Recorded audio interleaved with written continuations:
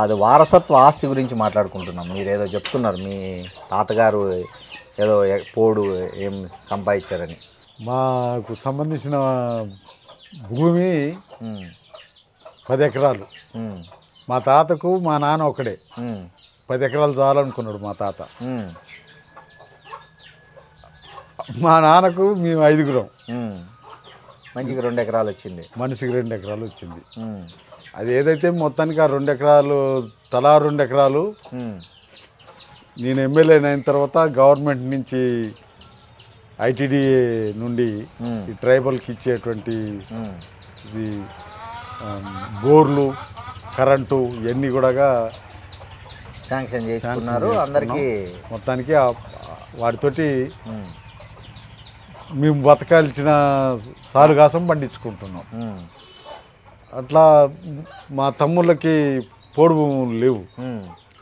నేను ఒక్కనే అందరితోటి ఊరోళ్ళందరితోటి పాటు పోడు సంపాదించుకున్నా. ఆ పోడు ఎకరం ఉంది. దాంట్లో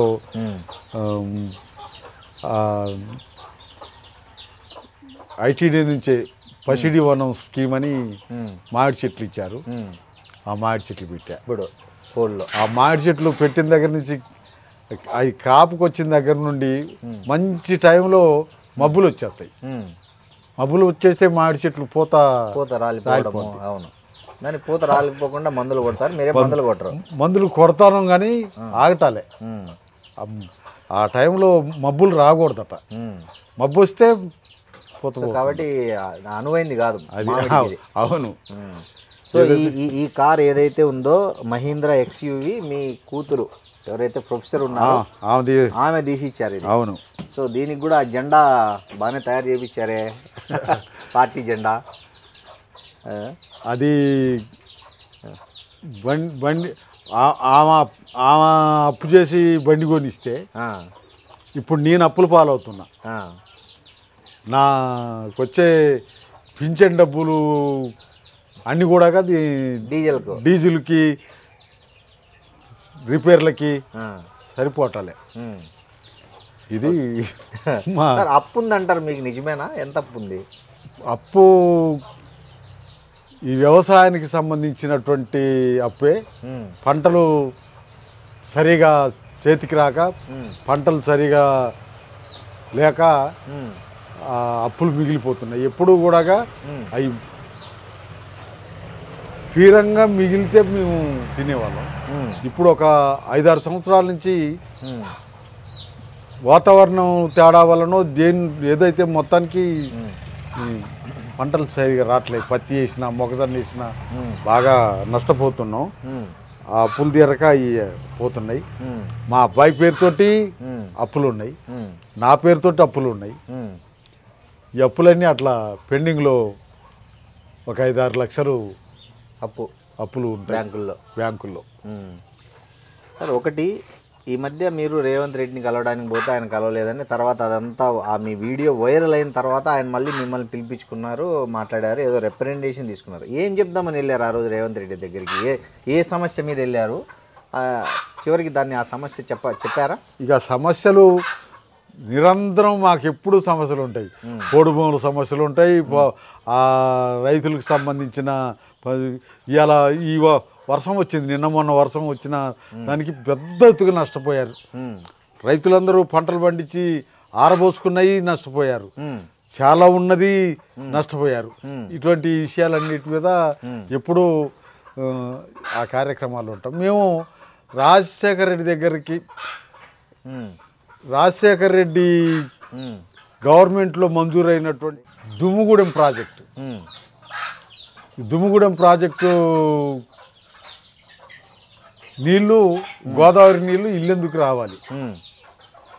ఆ రాజశేఖర రెడ్డి గారు దానికి మంజూరిచ్చి నిధులు కేటాయించి పనులు మొదలుపెట్టితే ఫస్ట్ ఫేజ్లో ఇల్లెందుకు నీళ్లు రావాలి, ఇల్లెందుకు నీళ్ళు వస్తే ఈ ఖమ్మం జిల్లా మొత్తం, ఉమ్మడి ఖమ్మం జిల్లా మొత్తం నెత్తిన నీళ్ళు పోసుకుంటే అట్లా ఒళ్ళంతా పడతాయో ఆ రకంగా పడతాయని చెప్పి డిజైన్, ప్లాను ఇవన్నీ చేసి ఇది చేసినటువంటి ఆ దుమ్ముగూడెం ప్రాజెక్టు నీళ్లు ఇల్లెందుకు రాకుండా పోతున్నాయి. ఎందుకు?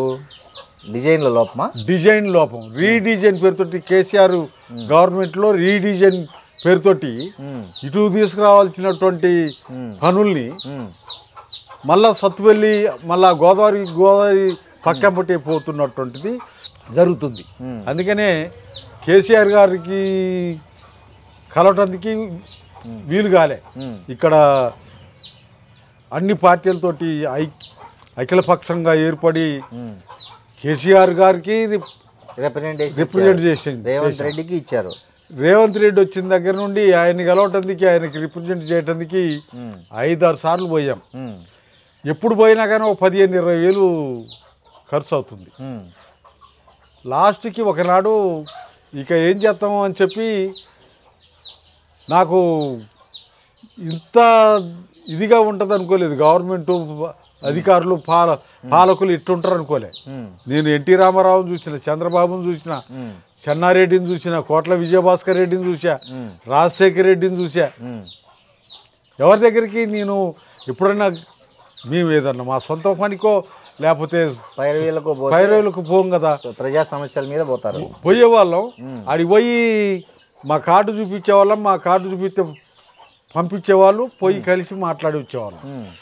అటువంటిది కేసీఆర్ దగ్గర నుండి మొదలుకొంటే రేవంత్ రెడ్డి దాకా అసలు వాళ్ళని కలవటానికి వీలు కావట్లే. నేను ఆయన ఇంటి దగ్గర రోడ్డు మీద నిల్చున్నప్పుడు మరి ఎవరో మొత్తానికి మా ఫోటో తీసి పెట్టారు, మీ ఫోన్లలో పెట్టారు. నేను ఇక ఆయన వెళ్ళిపోయిండు ఇంట్లో నుంచి. వెళ్ళిపోయిన తర్వాత ఇక లాభం లేదులే పోదాం పండి అని చెప్పి మేమందరం మళ్ళా కారు ఎక్కి హైదరాబాద్ నుంచి బయలుదేరినాం. మేము సూర్యాపేట దగ్గరకు వచ్చేటప్పటికి మీలాంటి వాళ్ళందరూ ఫోన్లు చేస్తారు, అన్న ఎక్కడున్నావు అని. బాబు మేము వెళ్ళిపోతున్నాం, ఇల్లెందు పోతున్నాం అంటే, అన్న మీరు ఇప్పుడు ఇట్లా అట్లా అని అంటే, మరి అది ఏందో నాకు తెలియదు, ముఖ్యమంత్రి గారిని కలవటానికి వచ్చాం, ఆయన కలవకుండా వెళ్ళిపోయిండు, ఇంకా అక్కడి నుంచి మేము మా ఊరు వెళ్ళిపోతున్నాం అని చెప్పి అన్నాం. అది పెద్ద ఇష్యూగానే అయింది. మళ్ళీ పిలిపించారా? తర్వాత వాళ్ళు వీళ్ళు ఈ టీవీలు వీళ్ళు మాట్లాడేదాన్ని బట్టి ఆయన నాకు తెలియదు, నాకు కనపడలేదు, నేను చూడలేదు. కానీ మీరు నిజంగానే చెప్పిపోయారా, చెప్పకుండా పోయారా ఆయనకు? ఆయన దగ్గర ఉన్న అధికారులకు చెప్పాం. వాళ్ళు ఇవాళ కుదరదు, రేపు ఉండాలి, ఎల్లు ఉండాలి అంటే మనకు కుదరదు కదా. మేము వచ్చామని చెప్పి వాళ్ళకి అప్పుడు కూడా ఫోన్ చేస్తే కూడా వాళ్ళు రెస్పాన్స్ కాలేదు. అట్లా జరిగింది. తర్వాత మళ్ళా ఆయన దగ్గర ఉండే అధికారులు తోటి కుదరక వేం నరేందర్ రెడ్డి అని చెప్పి నేను ఎమ్మెల్యేగా ఉన్నప్పుడు ఆయన ఎమ్మెల్యే, ప్రభుత్వ సలహాదారు, ఇప్పుడు రేవంత్ రెడ్డి గారి దగ్గర సలహాదారు. ఆయన దగ్గరికి పోయి ఆయనతోటి మళ్ళీ టైం తీసుకుంటే అసెంబ్లీలో కలిసిండు. కలిసి మీ రిప్రజెంటేషన్ ఇచ్చాము. రిప్రజెంటేషన్ ఇస్తే పక్కనే ఉత్తమ్ కుమార్ రెడ్డి ఇరిగేషన్ మినిస్టర్ ఆయన ఉన్నాడు. ఆయనకి చెప్పిండు ఇదేంటో అక్కడ ఒక మీటింగ్ ఏర్పాటు చేసి అక్కడున్న ఎమ్మెల్యేలు, అక్కడున్న పొలిటికల్ పార్టీస్, అక్కడున్న ఆడ పనిచేసే డిపార్ట్మెంట్ వీళ్ళతో మీటింగ్ పెట్టి అదేందో పరిశీలన చేయండి అని చెప్పి ఆయనకు చెప్పిండు. కథలకు ఏమన్నా వచ్చిందా? కానీ ఆయన ఇటువంటి ప్రయత్నం చేయలేదు. ఉత్తమ్ కుమార్ మీకు ఇన్ని ఏదన్నా పార్టీల నుంచి మా పార్టీలో జాయిన్ కానీ ఏమైనా ఆఫర్ వచ్చిందా ఇన్నేళ్లలో? ఎప్పుడూ నాకు అటువంటి ఆఫర్ రాలేదు, నాకు అటువంటి ఆలోచన రాలేదు. సో ఇప్పుడు ఒక దీనికి వచ్చేసారు, మీరు కూడా మానేసి రాజకీయాలు మీ కూతుర్ని పోటీ చేయించారు లాస్ట్ ఎన్నికల్లో. అంటే భవిష్యత్తులో మీ రాజకీయ వారసులు ఎవరు, లేదా మీరే పోటీ చేస్తారా, లేకపోతే మీ రాజకీయ వారసులు ఎవరన్నా ఉన్నారా? రాజకీయ వారసులు అనుకునే వాళ్ళు మా ప్రజలు, మా కార్యకర్తలు, మాకు సంబంధించిన వాళ్ళందరూ మా రాజకీయ వారసులే. మా అమ్మాయిని మొన్న 23 ఎన్నికల్లో మీ అమ్మాయి వద్దని చెప్తే కూడా తను ఎవరో తన దోస్తులంతా ఎగేసి దింపారు కానీ జనం ఓట్లేయాలి కదా. 1978 నుండి మొదలుకొని 2009 దాకా మాకు ఓట్లు ఎట్టేశారు, మా ఓట్ల సంగతి ఏంటి అనే దానికి వచ్చినప్పుడు మా జనమంతా కానీ ఇతర పార్టీలకు సంబంధించిన జనం కూడా ఇక్కడ గెలిచేది వాళ్ళు, పనిచేసేది వాళ్ళు అని చెప్పి ఓట్లు ఇచ్చారు. మేము పైసలు ఖర్చు పెట్టకుండా వాళ్ళే మా క్యాన్వేజింగ్కి వచ్చినటువంటి క్యాడర్కి వాళ్ళే పెట్టేవాళ్ళు, వాళ్ళే ఛార్జీలకు పైసలు ఇచ్చేవాళ్ళు, వాళ్ళే ఓట్లు ఇచ్చి గెలిపించుకునేవాళ్ళు. మరి ఇప్పుడు పరిస్థితి ఏంది అనే దానికి వస్తే మా ఓట్లు చీలిపోవటం, మా ఓట్లు మాకు సరిపోకపోవటం, అదే సమయంలో ఇతరులకి మా జనానికి కూడా అన్న మనం ఎట్లా గెలవం కదన్న అని చెప్పి వాళ్ళ దగ్గర డబ్బులు తీసుకోవటం, ఎక్కువ డబ్బులు ఇచ్చినందుకు ఓట్లు ఇవ్వటం జరుగుతుంది. ఇప్పుడు మీ ఇంక్లూడింగ్ మీ క్యాడర్ ఇద్దరి దగ్గర తీసుకుంటారు. అవును, ఇద్దరి దగ్గర తీసుకుంటారు డబ్బులు, ఎక్కువ ఎవరైతే వాళ్ళకి వేస్తారు. ఏమనిపిస్తుంది మీకు ఇవన్నీ చూస్తుంటే? మేము చెప్తుంటాం డబ్బులు తీసుకోవటం కానీ వాళ్ళు ఇవ్వటం కానీ కరెక్ట్ కాదు, మంచి తప్పు కదా అని అంటే ఏముందన్న వాళ్ళు ఏమైనా కష్టపడి సంపాదించారా? వాళ్ళు మనకు సంబంధించినటువంటి నిధుల్ని కాజేసే వాళ్ళే కదా, కాజేసి కూడబెట్టుకునే వాళ్ళే కదా, ఆ పద్ధతుల్లో దాచుకున్నోలే కదా. ఏం మనకు ఇవాళ తీసుకుంటే తప్పేంటి అని చెప్పి మనం తీసుకుంటే తప్పేంటి అని చెప్పి మాతోటి అనడమే కాకుండా వాళ్ళని డిమాండ్ చేస్తున్నారు కదా, చేస్తున్నారు కూడా. నాకు ఇస్తావా వస్తావా, ఎంత ఇస్తావు, ఇంత ఇయ్యాలా, ఈ పద్ధతుల్లో జరుగుతుంది. ఇది కొన్ని రోజులు నడుస్తుంది, తర్వాత మళ్ళీ అది కూడా మారుతుంది. ఎవరికైతే బాగుంటుంది అనేది కూడా వస్తుంది. ఆ రకంగా ఎప్పుడో ఒకప్పుడు మార్పు జరుగుద్దనే ఆశతోటి మేము పనిచేస్తున్నాం. సార్, మీరు నెక్స్ట్ ఎన్నికల్లో పోటీ చేస్తారా? వచ్చే ఎన్నికల్లో, లేదా మీరు కానీ మీ కుటుంబం నుంచి, లేకపోతే రాజకీయాల్లో ఇక వద్దు, కేవలం ప్రజా సమస్యలు ప్రజల పార్టీ ఏదైనా ఉంటే వాటికి రిప్రజెంటేషన్ చేస్తూ మీ శేష జీవితాన్ని గడుపుతారా? రాజకీయాల్లో ఉంటాం, ఎన్నికల్లో పాల్గొంటాం, గెలుస్తాం ఓడతాం. ఓడిపోతే జనంలోనే ఉంటాం, గెలిస్తే జనంలోనే ఉంటాం. ఆ పద్ధతుల్లో ఎప్పుడు ఉంటాం. అయితే నేనే నిలబడతా, నన్నే నిలబెట్టు అనేటువంటిది మాకు లేదు. మా పార్టీలో పార్టీ డిసిషన్ తీసుకుంటుంది. పార్టీ ఎలా నిలబెట్టాలన్నా, పొలైన నిలబెట్టాలన్నా, ఎక్కడి నుంచి నిలబెట్టాలా, ఆ పద్ధతుల్లో పార్టీ ఆలోచిస్తుంది, పార్టీ తీసుకుంటుంది. నేనే నిలబడతా, నన్నే నిలబెట్టండి అనేటువంటిది ఉండదు. సార్, మీ దగ్గర 40-50 ఏళ్ళ ప్రజా జీవితంలో మీరు ఎక్కువ ఎక్కడైనా అవమానం పడిన సంఘటన ఉందా? లేకపోతే ఎక్కువ బాధపడిన ఎవరినన్నా కలవడానికి వెళ్ళినప్పుడు ఏదైనా పర్సనల్ కావచ్చు, లేకపోతే ప్రజా ఏదైనా అవమానం ఎదుర్కొన్న సందర్భం ఉందా? ఉంటే ఏంది అది? నేను నిజంగానే వెనకబడ్డటువంటి పేద కుటుంబం నుంచి వచ్చినటువంటి వాడిని, ఆ వెనకబడ్డ ప్రజల కోసం పనిచేస్తున్నటువంటి పార్టీ ఆర్గనైజేషన్లకి వచ్చిన నాటి నుండి పోలీసుల అరెస్టులు, నిర్బంధం ఇవన్నిటిని ఎదుర్కొన్నా. ఎమ్మెల్యేగా ఉండి కూడా తన్నులు తిన్నా, సర్పంచ్గా ఉండి కూడా తన్నులు తిన్నా. నేను వాటిని అవమానంగా మరి భావిస్తలేను, సంతోషంగా భావిస్తలేను. ఎప్పుడు విద్యుత్ ఉద్యమం టైంలో దెబ్బలు తిన్నారా? విద్యుత్ ఉద్యమం అప్పుడు తన్నులు తిన్నా హైదరాబాద్లో. అంటే మిమ్మల్ని ఎమ్మెల్యే అని కూడా తెలిసి కూడా కొట్టారా? అక్కడ పోలీసు వాళ్ళకి, అక్కడ ఉన్నటువంటి పోలీస్ అధికారి మా ఖమ్మం జిల్లా ఎస్పీగా పనిచేసిండు. ఆయనకు తెలుసు, ఆయనకి నేను తెలుసు. ఎవరైనా? ఆయన పేరేదో ఉందండి, గుర్తులేదు.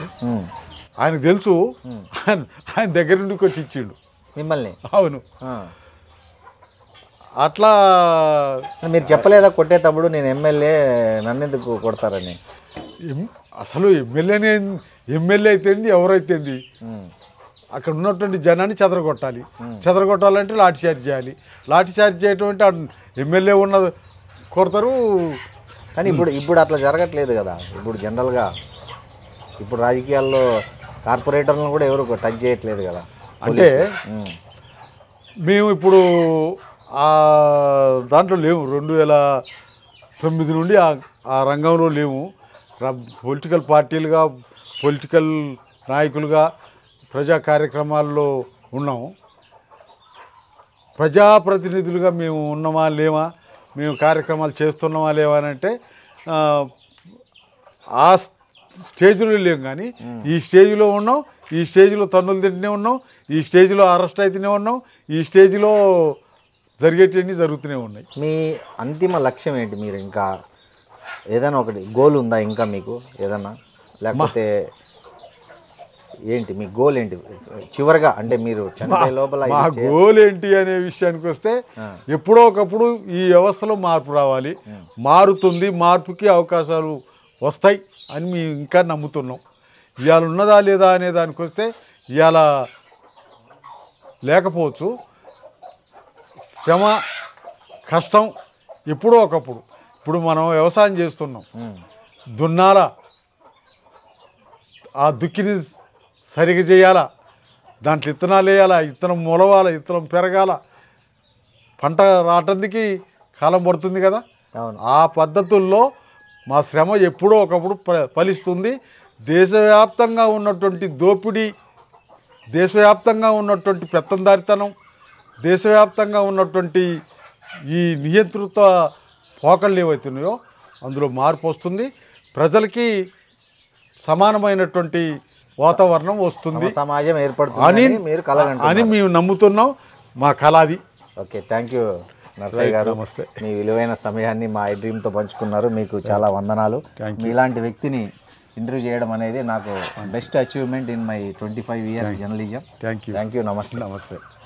And for more videos, please subscribe to iDream. Please subscribe to iDream. Please subscribe iDream. And please subscribe to iDream. For more videos, subscribe to iDream. please like, share and subscribe to the channel. Congratulations iDream. Subscribe to iDream. Subscribe to iDream. So subscribe to iDream Media. iDream ki iDream team andarki huge congratulations. Please subscribe iDream Media. Please subscribe to iDream. Subscribe iDream. Please subscribe to iDream. iDream అంటే నా కళల channel subscribe చేసుకున్న నోరు తిరుగుతలేదు, మీరైతే గంట గుర్తు కొట్టండి. For more such videos, please subscribe to iDream. Subscribe to iDream. Please subscribe to iDream. Please subscribe iDream Media. Please do subscribe to iDream. Please subscribe to iDream Media. For best entertainment and information, please subscribe iDream. And don't forget to subscribe to iDream.